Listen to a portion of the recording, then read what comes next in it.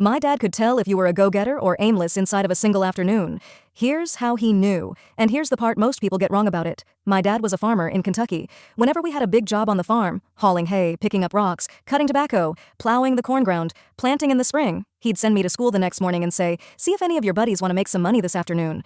I'd come back with 3 or 4 kids and we'd work the field until the sun went down. When the work was done and the help was loading up to leave, my dad and I would sit on the hill outside the house, share a beer or two, and watch them go. And almost every time, before the last truck was off the gravel, he'd say something. He'd say, "Now that boy's a go-getter. He can come work with us anytime he wants." Or he'd say, "That one's still pretty aimless, hasn't quite figured out who he wants to be yet." What he meant by go-getter wasn't talent. It wasn't smarts. It was something about how a person showed up to a thing they hadn't done before, whether they leaned in or stood back, whether they cared even a little bit about doing it right. Hold that thought. We'll be right back after a quick word. And stay close. This is right where the story turns. This episode brought to you by Fifth Pour, where every bourbon bottle gets its story. Scan a bottle, read what other enthusiasts felt about it, and add your own. Every bottle has a story. Find them all at fifthpour.com. All right, we're back. So far, my dad could read a kid in one afternoon of farm work, go-getter or aimless, but here's what he actually meant by it. Now, here's the part most people miss about it.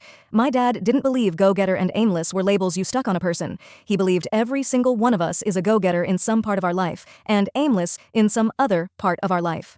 The CEO who's the best in his entire industry but shows up to his daughter's gymnastics meet and doesn't know how to move the floor mats. That man, in my dad's framework, is a go-getter at work and aimless at fatherhood. Same man, both at once. He used to say things like, "He's a go-getter at building homes but aimless as a husband," or "That one's aimless in a tobacco patch but a real go-getter on the basketball court."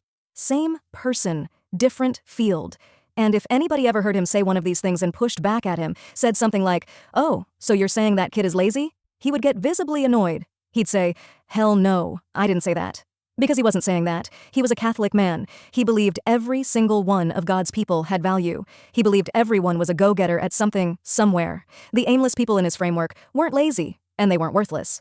They just hadn't found the thing yet that turned them on. The saddest life he could describe was a person who spent their whole time on Earth aimless and never found the thing. It took me 40 years, and a few of my own kids. Stay with me. One more quick word from a sponsor, and then I'll tell you what my dad was really doing on that hill all those years.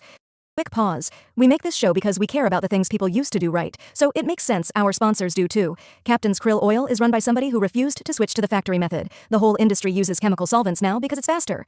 Captain still extracts krill oil mechanically, right on the boat, the way nature intended it. CaptainsKrillOil.com. Back in a sec. Now, where were we? The saddest life my dad could picture was someone who never found their thing. It took me 40 years to understand what he was doing, watching those trucks roll out. And a few of my own employees to understand what my dad was actually doing on that hill, watching the trucks roll out. He wasn't judging the help. He was reading them.